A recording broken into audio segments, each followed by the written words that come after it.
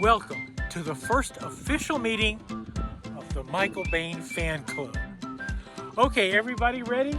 There's autographs for everyone. Don't worry.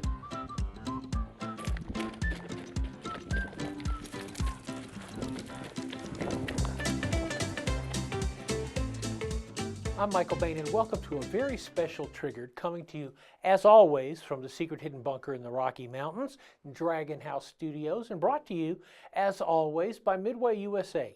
Just about everything for shooting, hunting, and the outdoors. A little bit later in the show, we're going to a special interview with John Hearne to talk about this: who wins, who loses, and why. One of his newest classes. This is a class that everyone who carries a gun, everyone who keeps a gun for self-defense needs to take. And I don't say that lightly. This class is that important. And I think after you hear John talk a little bit, you're going to agree with me. But before we go there, it's time for a magic trick from the great Mike. I don't know, I need to work on the stage name. But okay, I don't have any flashy things or a white tiger or anything, but let's give you a countdown. Here's the trick. 3, 2, 1. Yes! Wow! A revolver with a silencer. Yes, the very thing that has driven gun people crazy, whether it happens in a Humphrey Bogart movie, or you see it on an internet forum, or you read it in some mystery novel that really isn't very good. Everyone knows you don't put suppressors on revolvers. Well, surprise, this is a Heritage Tactical Cowboy. If the first words out of your mouth are, "Who needs something like this?" shame on you. Because as a matter of fact, now this may come as a shock to some people, but the reason we shoot guns is shooting guns is fun. And the Heritage single actions, of course, Heritage is owned by Taurus, have emerged in 2021 as some of the best-selling guns in America. Those numbers are just becoming available, and this little guy, the Heritage Barkeep, is a screaming home run. Lots of people bought this gun because it's fun. 22 long rifle. You can get these Heritage guns in either 6 shots or 9-shot versions. This is one of their special editions. And they are fun to shoot. The other point that is really critical here is that they are inexpensive. In a world where everything costs 10x what you think it would cost, the Heritage guns hold the line for inexpensive. And you can get a zillion versions, from the short barrel sheriff model all the way to a Rancher carbine. But this tactical guy here, of course, got a fiber optic front sight. It's got a rail bolted into it in addition to a threaded muzzle. You think, well, what would you do with this? You know what I would do with this? I would buy a cheap red dot sight off someplace like Amazon, where I can get a red dot sight for $50 or $60. I would mount it on this gun, sight it in, and I would teach kids to shoot with it. The very first gun I ever shot in my entire life was a tiny Ruger 22. Maybe a single 6, but that changed my life. I got to shoot that gun. I shot at a coffee can full of sand, shooting off my grandparents' front porch in Mississippi. It changed my life. And maybe you can change some kid's life with a really fun gun to shoot. The reason I say get this one, put a red dot on it, is because a red dot eliminates a lot of the issue of the 2, 3 different sights. You got the front sight, rear sight, you got the target. With a red dot, what you have is a red dot and the target. It makes it a lot easier, and I know that from experience with working with new shooters. So this gun gives you an option to do that. It gives you an option to use up fun ammunition. On these Heritage guns, honestly, I don't use the premium ammunition that I have for my Target 22s. These are old Boulder Valley. I think Federal maybe made them, but I've had them for ages. They're perfect for shooting up in a plinking afternoon. And you know what? Plinking is fun. It's always been fun. Everybody should have one of these Heritage guns. When we return, it's time for you to meet John Hearne.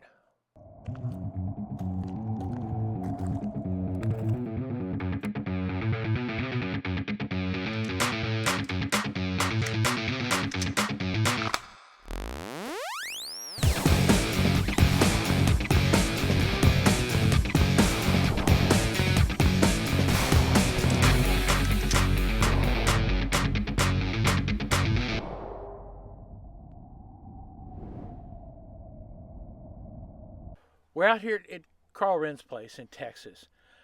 The class is who wins, who loses, and why.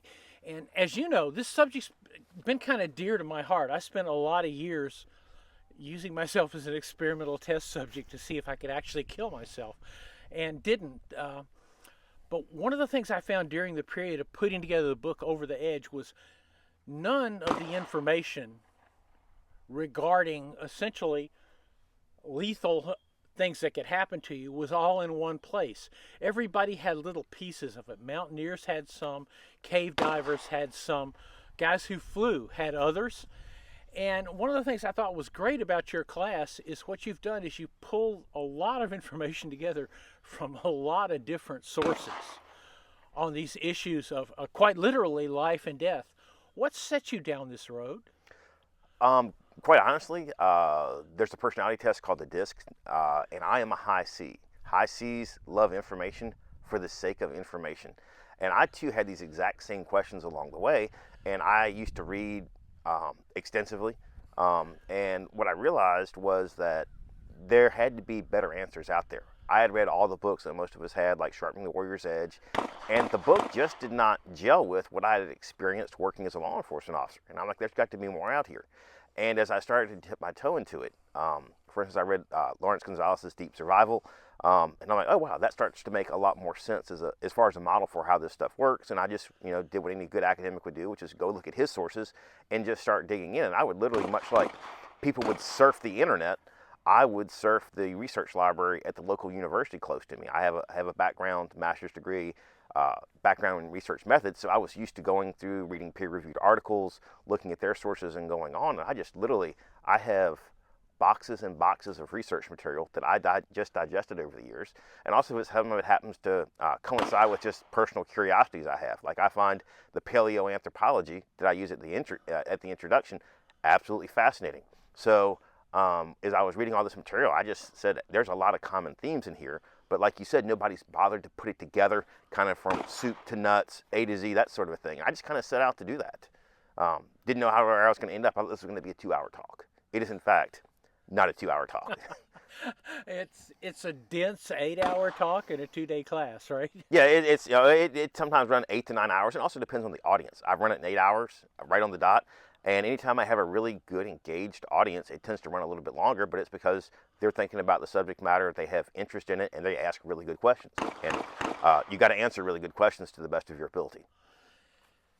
If you could boil this class down into, say, 3 bullet points, and you were to say, okay, here's why you, as a student of the gun, if you will, should take this class. Why do you need to take this class? What would those bullet points be? You don't have to be a student of the gun. If you're interested in life and death performance, this class is for you. I don't care whether you're a pilot, a firefighter, any job in which you have to make split-second decisions that have vastly significant consequences, this class is for you. This is not just for gun people. What I've done is there is literature out there like the Survivor books that's written for a more general population. What I've done is apply the lens of the defensive-oriented person to that same material. But you don't have to be a gun person to get a lot out of this class. You can be a person that's almost a pacifist, but if you understand how you work during stress and what you're likely to do, you can still glean important information out of the class. That to me was one of the key points in when I was putting together Over the Edge, is that I thought I understood how I responded under stress, and I discovered that I was 100% wrong, but that lots of other people knew how I would respond under stress. But that information, I don't know why it didn't circulate more widely within the community. Any thoughts on that?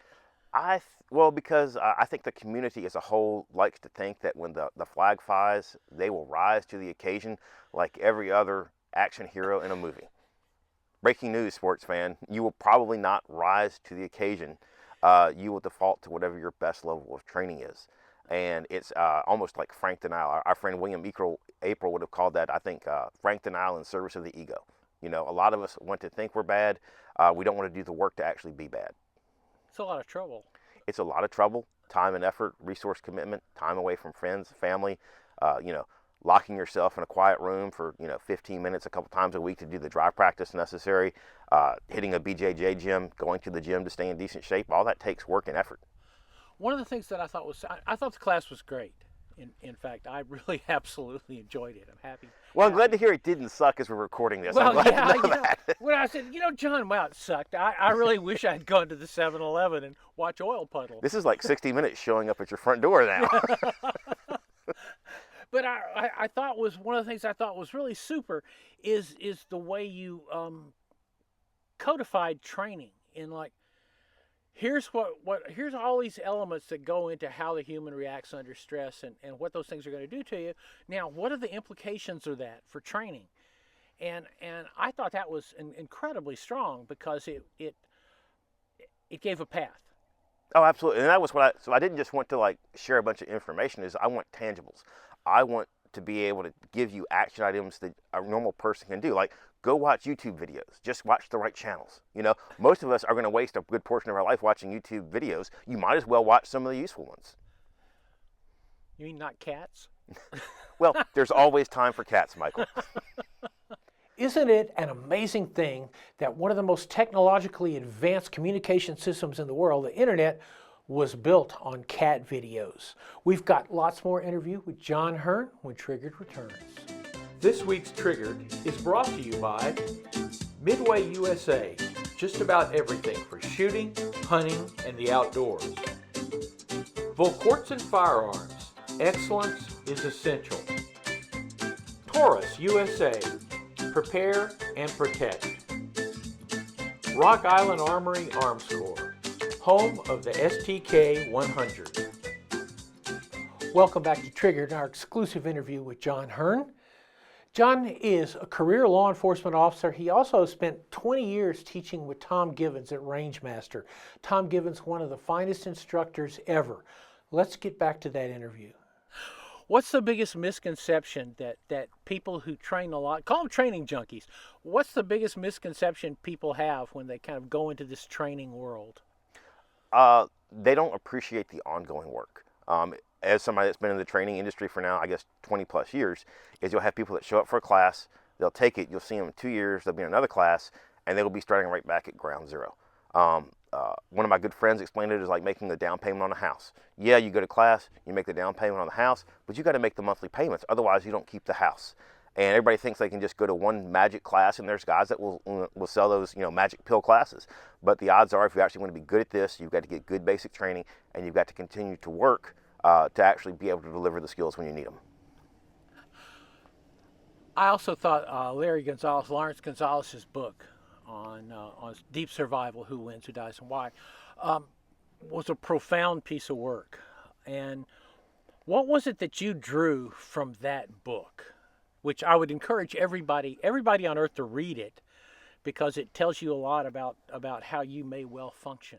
Well, I think that Lawrence Gonzalez and I in a large degree, I followed his same path in that he went out there, did the research, and did his absolute best to make it translate it into plain English. Because we both know that professions love jargon, but while jargon is sometimes necessary to explain very specific concepts, most of the time jargon is just used to keep other people out. And at the risk of sounding condescending, Lawrence Gonzalez put all the cookies on a lower shelf where you and I could grab a hold of them without having done all the academic research. And that's what I try to do. Is I've read a lot of that literature. I've plumbed through it. I mean, like I said, I've got boxes and boxes of this stuff. But as far as tangibles and making people understand it, you don't have to use gobbledygook terms. It's like, let's put this in flowcharts where you can kind of, I can see how that kind of works through here like this and stuff like that. And it's just, again, trying to make the information accessible and using simple teaching by analogies that almost anybody can understand. That's what I loved about what Gonzalez did, because I use a lot of his terms like the emotional bookmarks, and a lot of his concepts permeate that presentation, because I own a hard copy of the book. I have it on Kindle. I have a whole Word document of notes, and then my Kindle version is marked up. That's just it's a very, very deep source to mine. I know we only have a few minutes, but briefly the idea of the emotional mapping, the mappings in your head that you need to put in place. So that's one of the things that everybody doesn't get about this. Everybody thinks they go to class to learn motor skills. And as far as training priorities go, that's number 3. I mean, the first thing you've got to do is you've got to make a space in your head for what you may have to do. Our friend William April called a parking space in your head for the violence you may have to do and see. because your mind will not go places it has not already seen before. The body certainly won't do that. So the first thing we've got to do is remove the novelty of violence in our daily lives, because a lot of people live in frank denial over that. But the mental map is just kind of how you think reality is going to unfold, for lack of a better words. You can compare it to a real map. If I think that I'm hiking and there should be a deep canyon here, and when I get there's a deep canyon, that's great. That tells me I'm on the right track. On the other hand, if I think there's a deep canyon there and I'm like, oh crap, there's a mountain, something's not wrong. And as soon as our mental maps don't match up is where we start to see panic set in. So, after we remove novelty, those creations of those mental maps are one of the most important things we can do. You don't have to have gun skills. You can have a mental map for what an impending armed robbery looks like and go, gee, look at the time, I'm going over here. That doesn't require knife skills, empty hand skills, gun skills. It requires an acceptance of violence as possible and what that looks like and what I'm going to do when that happens. And it could just be, I'm going to be somewhere else. So in the course of this class, which again I thought was a really brilliant class, I never once heard you address the issue of 45 versus 9mm versus the new 30 caliber cartridge. So gear is only a teeny tiny part of what you're talking, if it's a part at all. Well, I have the diagram that I use as a front, and I have to mention gear because everybody's fixated on it, because Americans love to buy answers, and they would much rather buy answers than do the work to gain skill, right? So gear is highly inconsequential in this. I mean, there's been I laugh. I started out my law enforcement career with a revolver and carrying 2 speed loaders. When I get dressed in uniform to go to work, I sometimes laugh to myself when I press check my pistol. I'm like, there's 18 rounds in this gun. This is just as many rounds as I used to carry back in the good old days. And we sorted out a lot of people in the good old days with what a lot of people consider utterly inadequate gear. I'm not the one to originate this saying, but I am far more scared of a dangerous man with a sharp stick than I am some little dweeb with the latest Wonder Blaster. It's the person using the tool that wields the tool, not the tool itself, that matters. So you're going to be teaching this class on a regular basis. Now, I know you're just hanging out your shingle. You're just getting out. You spent how many years with Tom? Over 20 years now. Tom's put up with me for over 20 years. Let's be candid about how this worked out. And plus, you got to hang around Memphis. I know being from Memphis myself, it's a good laboratory if you're interested in violence. Oh, absolutely. But you're going to be, over the next course of the year, you're going to see more and more places where people will be able to get this course. Yeah, absolutely. The nice thing about these lecture series is that they're great off-season activities. So I'm here in Texas because January can be very spotty with weather. I've got a friend that's talking about bringing me to Arizona in July and August because you really don't want to be outside shooting in Phoenix in July and August. So I'll probably be an off-season treat is how I'm seeing this shaping up. I definitely an off-season treat. What's the expansion of this? When people say, okay, I've been through the lecture, the 8-hour lecture, what would I do next with John Hearne? So there's several paths to go down. The class I'm teaching today is a combination of courses that I've taught before, trying to unify them in a more common theme. We've mentioned William April, this will be the third time mentioning him, is when he left us, he left a huge hole in the training community. And part of what I'd like to do is, I can't replace William, obviously, but I can complement his work. So I think that, my lectures on understanding violent criminals and how to defeat them, William was a great narrator. He told incredible stories about these people. That's not me. I can give you the hard facts and help you paint pictures that way. So either more knowledge, or I have a class that I call Cognitive Pistol. And my goal with Cognitive Pistol is to try to fix a lot of the shortcomings I've seen in my 20 years with the training industry. I don't know if I've done it yet or not. I think it'll take about 3 years to sort that out. I think I've come up with a way to effectively transport a very high-end range experience, turning targets, high-quality steel, 3D targets, that kind of thing, and put that together in a cohesive package that matches this material. It really is, the Cognitive Pistol really is the live fire response to this class, and we'll see how that works out. If somebody wants to read more of this material, I believe you were in the essay in one of Massad's books. Yeah, I wrote the first chapter for, I think the book is called Armed Self-Defense, What the Experts Want You to Know. That chapter, I had to conduct or reduce the 8-hour class into about 5,000 words. That was an incredibly painful exercise. Everybody tells me it's good. It still hurts me to read it because I know everything that's missing, but people I respect tell me I didn't suck too bad when I did that. So that's probably about the best source for this information outside of podcast appearances, stuff like that, where I've touched on the material. And the final point is, bizarrely, you're a good friend of my last friend left from high school, Bill Baker. Bill Baker and I palled around for years, and all the stories that he says, as long as the statute of limitations is run out, are true. It's a very strange connection. I love Bill Baker. We had a great time at Rangemaster. I always made inappropriate comments. He liked to wear shorts, and I comment on his sexy legs on a regular basis. And quite frankly, since the mothership closed up, I'll say this candidly, I've missed Bill's sexy legs. And on that note, John Hearne, thank you very much. I'm going to say this once again. You need to take this class. It is that important. And I think you can tell in listening to John that this is information that you're not going to be able to get anywhere else. So John, thanks very much for the interview, and plus, thanks for a lot of years of friendship. I'm Michael Bain. This is Triggered. You can, of course, find us on michaelbain.tv, where you can subscribe, YouTube, where you can subscribe, at least for now, and Rumble, where you can always subscribe. We are brought to you by Midway USA, just about everything for shooting, hunting, and the outdoors. And we'll see you guys after the SHOT Show.